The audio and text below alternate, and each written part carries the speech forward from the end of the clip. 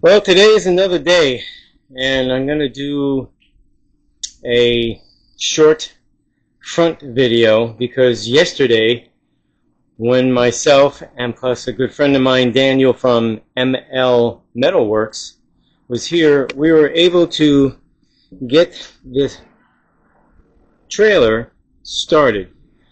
I discovered, once again, I don't know what the hell I'm doing when it comes to this video camera. It's like a little movie camera, and I'm learning it.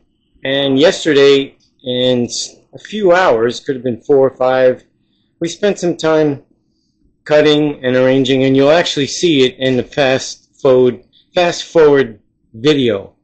And actually, I guess it's called a mode. So it'll be in that mode, which is fine, I guess, because I wouldn't want to sit there and watch for as many hours as it takes to actually do all this, but a lot of important details you wouldn't be able to hear. You'd see it, but you wouldn't hear it. So what I'm going to do right now is give you those important details that you need to know when it comes to building or making what you have bigger and better, more conducive to what you need. I'm going to give you the scoop, the lowdown. This trailer is roughly 97 3/8 wide, and when it's all said and done, after the rub rails are put on, which is the rails that run down the side of the trailer on both sides, it'll still be within and less than 102 inches, and that's the legal limit. So one of the important factors is on the length of this trailer, which is right now, this base is 28 feet, and there's the star of the show and chief in charge, Miss Kitty, Miss Puss in Boots, and here she is. She wants to be petted. She just ate again. But nevertheless, moving forward, the length of this part of the trailer is 28 feet. My overall length, after we add 4 feet to the end of this trailer, it will be 32 feet long. So as you're setting it up, and we just have it spot welded to make sure that we keep the frame of this level all the way around, which it is. We took the level and we leveled it up, and that's why you can see on all 4 corners 4x4s and some shims to make sure that it's level from left to right, as well going from front to back or back to front. So that's the thing you need to keep in mind when you're spot welding all this stuff in. Make sure that before you put all the cross braces in, that it is level. So this way, when you're done and you're done welding it all up, it will be the way you want it to be, and flat, not twisted, not tweaked, and not any of the silliness that might be going on. But the other part that I have to make really important, and that you don't really get to see in other videos, that when guys are building a trailer or extending, modifying their trailer, they forget to leave out one of the most important parts. Whether you have a single axle, a tandem axle, or a triaxle trailer, it's important to know where those axles are placed based on your trailer. And that is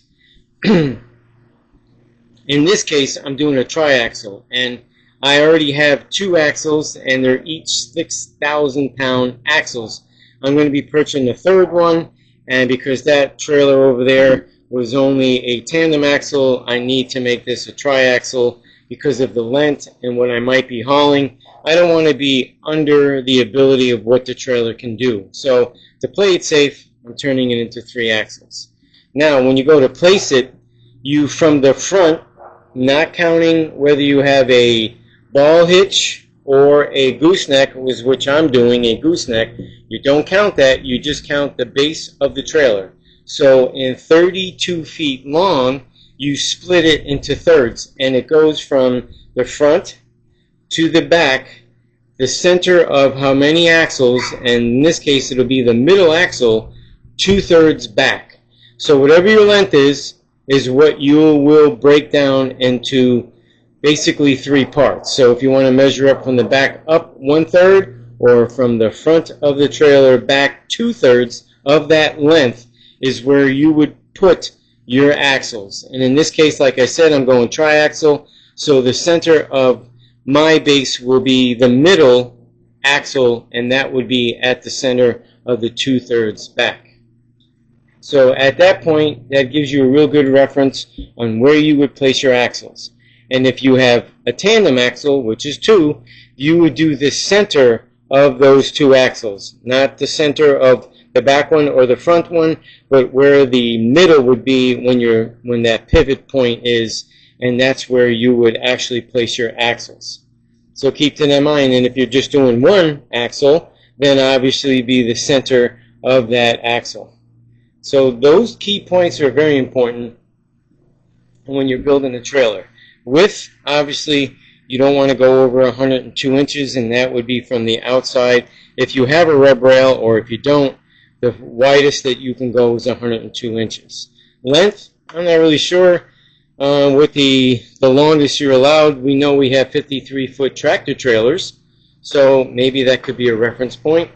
I'm not really too concerned on that. If anybody's building a car trailer or just a hauler trailer to haul material, at least that gets you a base of where you're going. And unfortunately, we did give some details on the structure of this trailer. It is a 6-inch seat channel on the outside and 4-inch channel on the inside. And we have them placed every 2 feet, except for where the axles will be placed, and we'll be filling that in once the axles are done to where our 2-foot will come into play. And as you can see, the rest of them are tacked in. They're not welded up all the way. We just wanted to make sure that once it's all said and done and the axles are in place, that everything will still remain the way it's supposed to. In order to keep everything in place, tacked, we added in all 4 corners those little L angle iron brackets, and to make sure that we can keep our position and still be able to make a change if we have to, because they're not welded in solid yet. There she is. She's hanging out. She's keeping an eye on me. So let's see, what else was there? Oh yeah, I'm going to show you the axles, which are over here. Here's 2 of them, and I already have everything apart and cleaned up. There are the leaf springs and the shackles and what have you. I ordered new brackets and U-bolts, but today I'm going to be going to a trailer place, and I'm going to figure out with them the placement on the 3rd axle and the leaf spring setup. I might have to get an additional, maybe have to buy all 3 leaf springs set up. I'm not sure. Hopefully not, because there's nothing wrong with these leaf springs, but I'll figure it out with the trailer company I'm going to be going to earlier. And I will be posting in the description the name of my friend's company, which is ML Metalworks, and I will give you the description of that along with his phone number and his name, so that this way if you need any metal work done, and we are here in basically South Beach, Florida area, so that'll give you an idea. He does travel anywhere from down into the deep of Miami to do work, and the kind of work he does do tall structural buildings down to the small stuff like this. He has a nice sized company and a nice crew. They do really excellent work. I'm not just saying that because he's a friend, and we're working out a barter system, so to speak, and you'll see what that is on my return for him. But at the same time, he does do good work. I've known him a long time. We met at a company that we both worked for, which was Catskill Express, which is down in Pompano. But he's a good man. He's honest, and he will do the job right. And like I said, if you need anything done, whether even a spiral staircase, doesn't matter. Aluminum, stainless steel, obviously heavy metal, and you'll get it done. And there's the rest of the metal. Everything from the I-beams that we'll be using to create the gooseneck section. But nevertheless, that will be shown, and hopefully I'll be able to orchestrate a comfortable video, because I just don't know what I'm doing with this camera yet. I am learning it, and I will figure it out, and I can't wait till that actually happens, especially when it comes to editing it. And with CapCut, it's a little bit of a balance act as well.